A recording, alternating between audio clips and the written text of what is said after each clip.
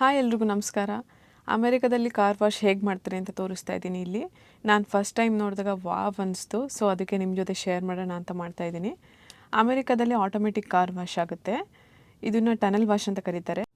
ನಾವು ಅದು clean gateway ಹತ್ರ ಹೋದಾಗ ಅವ್ರು ಜಸ್ಟ್ ವಾಟರ್ನ ಕಾರ್ ಮೇಲೆ ಹಾಕ್ತಾರೆ. ನಾವು ಕಾರ್ ಕೀನ ಇಟ್ಟು ಜಸ್ಟ್ ಸುಮ್ಮನೆ ಕೂತ್ಕೊಳ್ಳೋದಷ್ಟೇ, ಏನು ಮಾಡೋದು ಬೇಡ, ಮಿಕ್ಕಿದೆಲ್ಲ ಅದೇ ನೋಡ್ಕೊಳ್ಳುತ್ತೆ.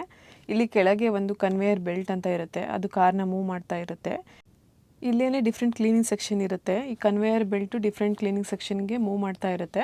ಡಿಟರ್ಜೆಂಟು, ಬ್ರಷು, ವಾಟರ್ ಹಾಕಿ ಅದು ಆಟೋಮೆಟಿಕಾಗಿ ಕ್ಲೀನ್ ಮಾಡ್ತಾ ಇರುತ್ತೆ. ಲಾಸ್ಟಲ್ಲಿ ಏರ್ ಬ್ಲೋವರ್ಸು ಕಾರ್ ಮೇಲೆ ಇರೋಂಥ ವಾಟರ್ನೆಲ್ಲ ಡ್ರೈ ಮಾಡುತ್ತೆ. ಆ ಎಂಡಿಗೆ ಬರೋ ಅಷ್ಟರಲ್ಲಿ ಕಾರು ನೀಟಾಗಿ ವಾಶ್ ಆಗಿ ಬರುತ್ತೆ.